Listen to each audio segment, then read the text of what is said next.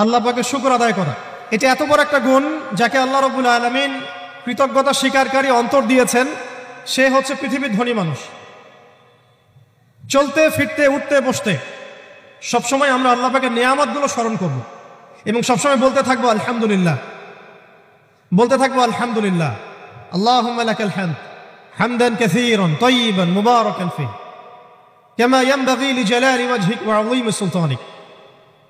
আল্লাহ পাকের শুকরিয়া যে যত বেশি আদায় করবে, আল্লাহ পাক বলেছেন লা ইন শাকারতুম লা আযীদান্নাকুম, তোমরা আমার শুকরিয়া আদায় করো আমি তোমাদের প্রতি আমার নিয়ামতকে বাড়াই দিব। ওয়া লা ইন কাফারতুম ইন্না আযাবি লাশাদীদ, তোমরা যদি আমার অকৃতজ্ঞ হও জেনে রাখো আমার আযাব বড়ই কঠিন। তো উস্তাদগণ লিখেছেন একজন তালেবে ইলমের অবশ্যই শুকর গুজার অন্তর থাকতে হবে।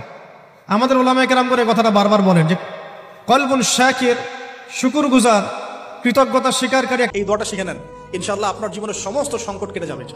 মুসা আলাইহিস সালাম একটা গাছের নিচে হেলান দিয়ে বসলেন, বসে দেখলেন দুজন মেয়ে দাঁড়িয়ে আছে দূরে, পানি নিতে পারছে না। লোকজন পানি নিয়ে যাচ্ছে, ওরা দাঁড়িয়ে আছে বেচারি। মুসা আলাইহিস সালাম গিয়ে বললেন কি সমস্যা আপনাদের? তারা বললেন যে আমাদের বাবা অনেক বৃদ্ধ মানুষ, আমরা পানি নিতে পারি না যতক্ষণ না আমাদের কম পানি নিয়ে চলে যায়।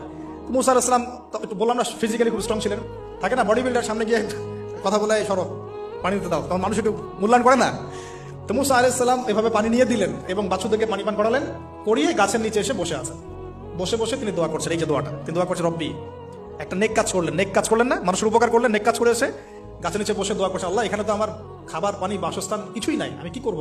রব্বি ইন্নী লিমা আনজালতা ইলাইয়া মিন খায়রিন ফাকির, রব্বি ইন্নী লিমা আনজালতা ইলাইয়া মিন খায়রিন ফাকির। আবার বলেন রব্বি